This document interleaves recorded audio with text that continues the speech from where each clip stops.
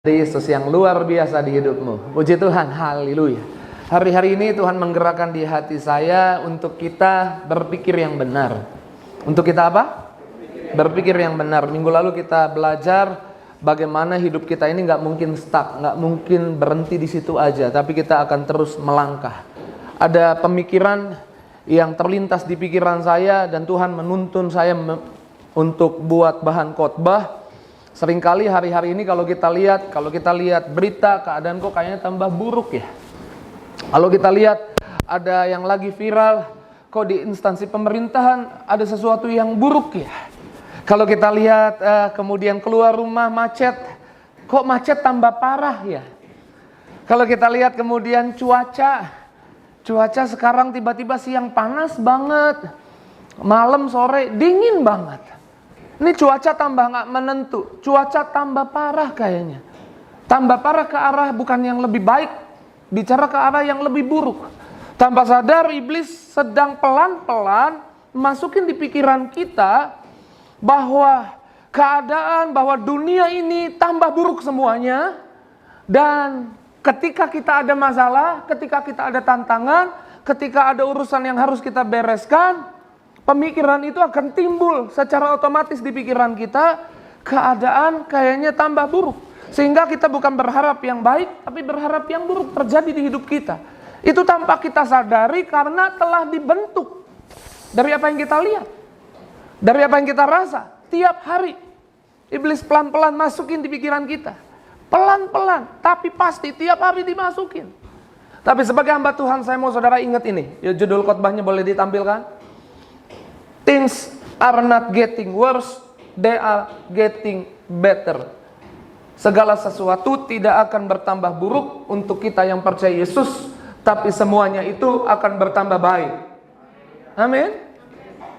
Things are not getting worse, they are getting better. Tapi Pak, lihat faktanya dong. Lihat laporannya tentang ekonomi dunia. Lihat laporannya tentang cuaca. Lihat laporannya tentang betapa kacaunya manusia. Sehingga keadaan masa tambah baik, keadaan tambah buruk. Ya terserah orang dunia. Tapi buat saudara dan saya, kita harus punya pemikiran keadaan di hidup kita akan tambah baik. Amin? Kalau saudara mau bilang, Bapak berarti gak lihat fakta, gak lihat pengetahuan, bilang apa? Sebagai hamba Tuhan saya mau bilang, ada satu orang yang pernah hidup, dia pinter banget. Coba next slide. Albert Einstein, dia bilang seperti ini. Imajinasi lebih penting daripada pengetahuan. Dia buat quote, dia bilang imajinasi lebih penting daripada pengetahuan. Kalau saudara merasa pintar, mau buat prediksi tentang kejadian-kejadian yang akan terjadi next di hidupmu, saya mau bilang ada orang pintar bilang, daya hayalmu, harapanmu, kalau bahasa Kristennya imanmu, lebih penting daripada fakta. Amin. Imanmu lebih penting daripada apa yang ilmu pengetahuan bilang. Pak Pariyaji bilang firman Tuhan lebih hebat daripada ilmu pengetahuan. Karena firman Tuhan bicara iman timbul dari pendengaran akan firman Kristus. Iman timbul dari dengar firman. Iman timbul dari dengar janji Tuhan. Dan iman itu di atas ilmu pengetahuan. Terserah faktanya bilang apa. Terserah saudara mungkin lagi hadapi utang. Dan secara logika gak mungkin bisa lunas. Gaji saya gak cukup. Tapi sebagai hamba Tuhan saya mau bilang, kalau engkau punya iman, imanmu lebih penting daripada fakta. Dan ketika engkau punya iman, saya mau bilang, ada hal yang gak bisa berubah. Janji Tuhan gak bisa berubah. Amin. Tuhan sayang saudara, itu faktanya gak bisa berubah. Buktinya dia sudah mati di atas kayu salib. Tapi ada yang bisa berubah. Keadaanmu bisa diubah oleh imanmu. Ya, tepuk tangan dulu yang dahsyat, yang luar biasa buat Yesus. Makanya berhenti, andalkan prediksi kita. Next slide. Saya bilang berhenti. Tanamkan di pikiranmu janji Tuhan, bukan prediksi kita sendiri. Kadang-kadang kita buat prediksi. Pak, kalau saya lihat Pak, saya nggak bisa nih hadapi tantangan ini. Kata siapa? Makanya jangan andalkan prediksimu. Andalkan prediksinya Tuhan. Pak, kalau saya lihat rumah tangga saya nggak bisa pulih. Kalau saudara andalkan prediksimu, ya nggak bisa pulih. Tapi kalau andalkan janji Tuhan, tanamkan janji Tuhan di hidupmu, bukan prediksimu. Amin. Nah, saya rindu setiap kita mengerti hal ini, jemaat Tiberias Plaza Jambu 2. Apa landasan firman-Nya? Nah, ini yang penting. Untuk punya iman, berarti kita harus tahu ada firman-Nya. Kita harus tahu jalan hidup kita memang lewati berbagai tikungan, berbagai turunan dan tanjakan. Ada jalan yang jelek, tapi saya mau bilang jalan hidup kita itu selalu tambah baik. Amin. Yuk next slide. Slide berikutnya. Sama-sama bilang jalan hidup saya tambah terang. Amin. Pegang dadamu, bilang jalan saya tambah terang. Bilang ekonomi saya tambah baik. Pegang dadamu, bilang kesehatan saya tambah cerah. Amin. Masa depan anak-anak saya, bilang masa depan anak-anak saya gilang gemilang. Amin. Apa janjinya? Nih, Amsal 4 ayat 18, kita baca sama-sama yang keras. 2, 3. Tetapi jalan orang benar seperti cahaya fajar yang kian bertambah. Tambah gelap apa tambah terang?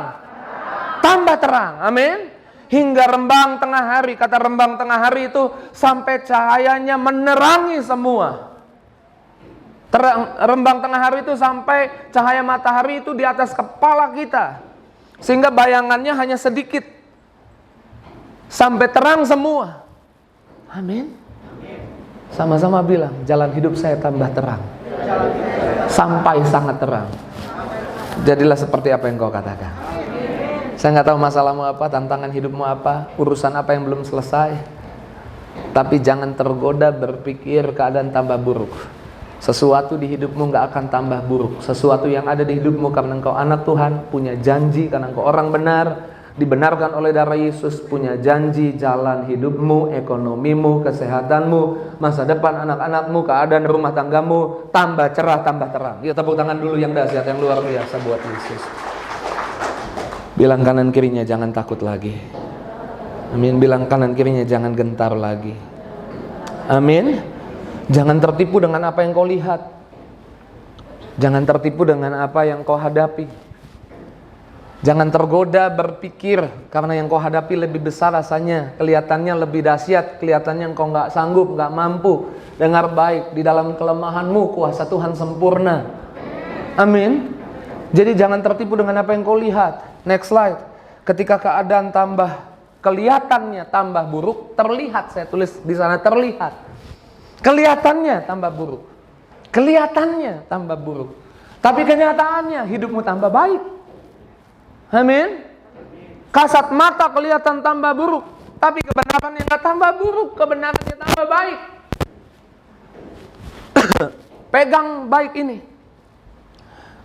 Keadaan yang terlihat bertambah buruk bukanlah alasan untuk kita putus asa, nyerah, kecewa, tapi itu alasan untuk kita tambah percaya.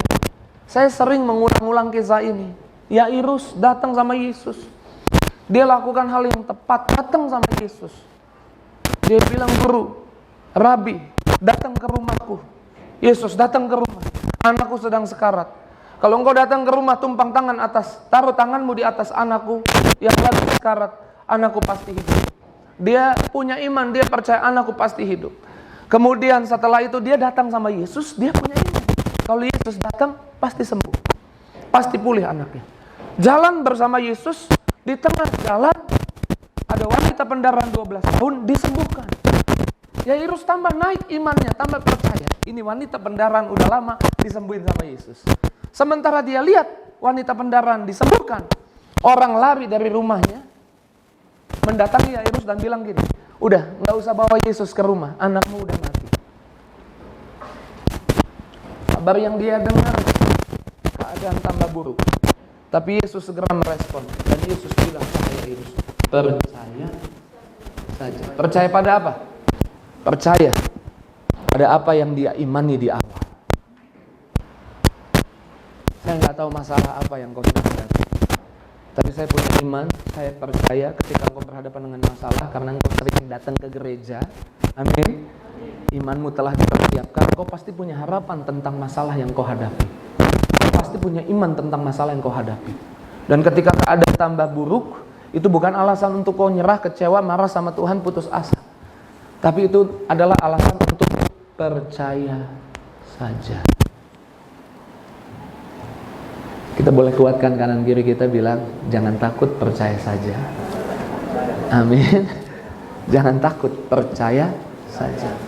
Dan ketika Yairus percaya saja, Yesus datang ke rumahnya, anaknya dibangkitkan.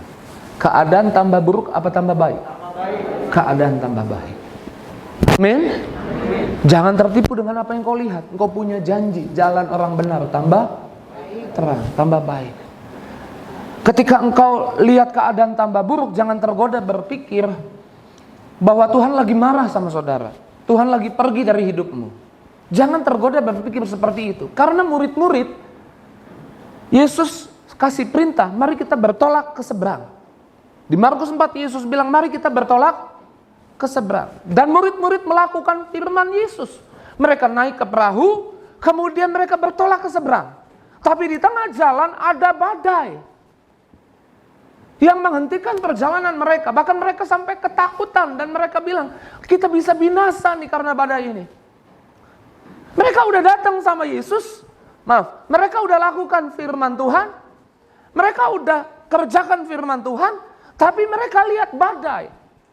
Kadang-kadang Tuhan enggak menyingkirkan badai di hidup kita. Tuhan bawa kita melewati badai. Badainya bukan dari Tuhan, tapi Tuhan seringkali tahu yang terbaik buat kita. Amin. Mereka lewati badai karena Tuhan mau segala sesuatu di hidupmu bukan tambah buruk tapi tambah baik, dan kau perlu iman di sana. Ketika mereka lihat badai, mereka datang sama Yesus bilang, guru, engkau nggak peduli kalau kita binasa. Kadang-kadang kita perlu lewati badai supaya kita datang terus sama Tuhan. Bukan artinya Tuhan kayak mafia gitu, harus kasih sesuatu yang buruk sama kita supaya kita turuti perintahnya. Bukan. Tapi seringkali kita jadi sadar bahwa kita nggak bisa andalkan kekuatan kita butuh Tuhan. Tapi yang terpenting dari badai itu, Yesus ada bersama mereka untuk lewati badai. Yesus nggak nunggu di seberang. Yesus nggak tunggu di seberang, mereka bisa nggak lewati badai. Yesus ada bersama mereka di perahu yang sama. Saya mau bilang, mungkin kau ada tantangan, ada badai yang sedang kau hadapi. Beda-beda badainya, ekonomi, rumah tangga, masa depan anak-anak, pekerjaan, bisnis. Saya nggak tahu masalahnya apa, tapi sebagai hamba Tuhan saya mau bilang, kau nggak pernah sendirian. Ada Yesus bersamamu. Yesus nggak nungguin di seberang, Yesus ada bersamamu. Dan ketika mereka berseru sama Yesus, kemudian badainya dihentikan. Mereka lihat kuasa Tuhan. Sebagai hamba Tuhan, saya mau katakan iman saya mau katakan nubuatan saya tentang saudara. Nubuatan firman Tuhan, ketika ada badai di hidupmu, datang sama Tuhan, badainya dihentikan. Amin. Setelah itu mereka sampai di seberang.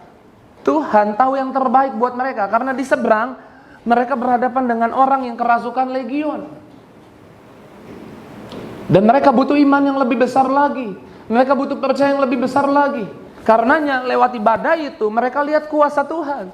Badai di hidupmu seringkali untuk saudara bukannya dikalahkan oleh badai, saudara lihat kuasa Tuhan di tengah badai hidupmu.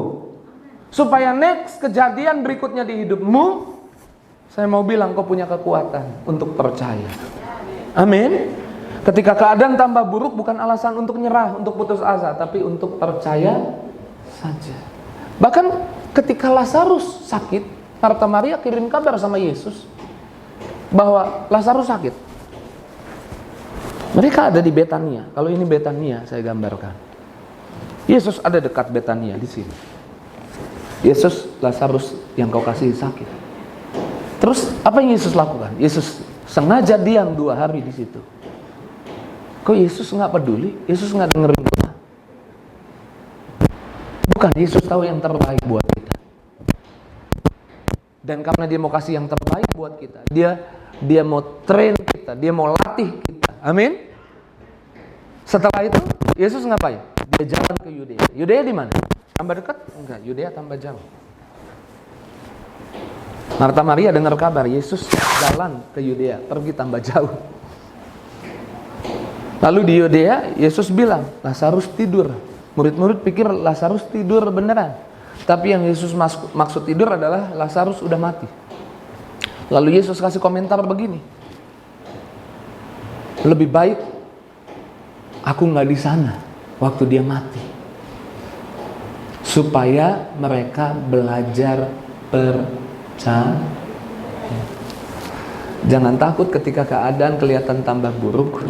Tenang aja, hidupmu gak akan tambah buruk. Sesuatu di hidupmu akan bertambah baik. Amin. Seringkali Tuhan lagi train untuk kita belajar percaya. Dan Yesus datang ke Betania. Marta Maria bilang udah telat. Saya mau bilang Tuhan gak pernah terlambat. Amin. Kairosnya Tuhan, waktunya Tuhan gak pernah terlambat. Dia punya waktu yang terbaik buat kita. Dan kemudian Yesus berdiri di depan kubur. Maria bilang lagi, mayatnya udah berbau Tuhan, udah 4 hari mati. Tapi Yesus bilang, kalau kamu percaya, kamu lihat kemuliaan. Mana yang duluan? Percaya duluan atau kemuliaan duluan? Percaya. Ketika kelihatan kasat mata keadaan tambah buruk, jangan percaya keadaan tambah buruk, tapi percayalah keadaan akan tambah baik.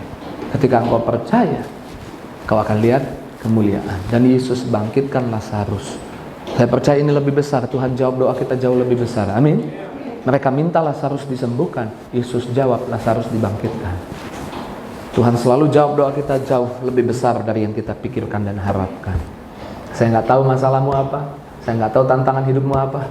Saya nggak tahu apa yang kau lihat yang berpotensi mempengaruhi pikiranmu untuk berkata keadaan tambah buruk. Sebagai hamba Tuhan saya mau bilang, ketika kelihatannya seperti itu, percaya saja. Ketika keadaannya seperti itu, Tuhan punya yang terbaik. Tuhan tahu yang terbaik buat hidupmu. Ketika keadaannya seperti itu, belajarlah percaya. Maka ketika engkau percaya, mana tangan-tangan yang mau percaya, keadaan kita tambah baik. Jadilah seperti yang kau harapkan. Jadilah seperti imanmu. Jadilah seperti apa yang kau kehendaki. Amin. Yuk tepuk tangan yang dahsyat, yang luar biasa buat kita. Nah, kita perlu ngerti ini supaya kita gak mudah dibuat kecewa sama keadaan, gak mudah dibuat putus asa sama tantangan. Supaya kita adalah orang-orang yang jalan dengan harapan. Amin. Itu yang pertama, jalan hidup kita tambah terang, tambah baik. Amin. Lalu berikutnya saudara harus ngerti, Tuhan punya perjanjian sama saudara. Sama-sama bilang, Tuhan punya janji buat hidup saya. Janjinya apa? Next slide. Janji Tuhan untuk hidupku, katamu gantiku. Kita baca sama-sama, 2, 3. Janji Tuhan untuk hidupku adalah peningkatan atau pertambahan. Ayo pegang baik, sekali lagi sama-sama ucapkan, 2, 3. Janji Tuhan untuk hidupku adalah peningkatan atau pertambahan. Amin. Janji Tuhan untuk hidupmu, apa yang ada di hidupmu, kerohanianmu akan mengalami peningkatan dan pertambahan. Amin. Kerohanianmu, saya ulang, akan mengalami peningkatan dan pertambahan. Imanmu akan mengalami peningkatan dan pertambahan. Amin. Cara berpikirmu, cara meresponmu akan mengalami peningkatan dan pertambahan. Amin. Yuk kita lihat dulu ayatnya, next slide. Ini ayatnya. Kiranya Tuhan memberi pertambahan kepada kamu dan kepada anak-anakmu. Katamu ganti saya, yuk. Biar ini harapan kita, pegang dadanya, bilang, kiranya Tuhan memberi pertambahan kepada saya dan kepada anak-anak saya. Tepuk tangan dulu buat Yesus.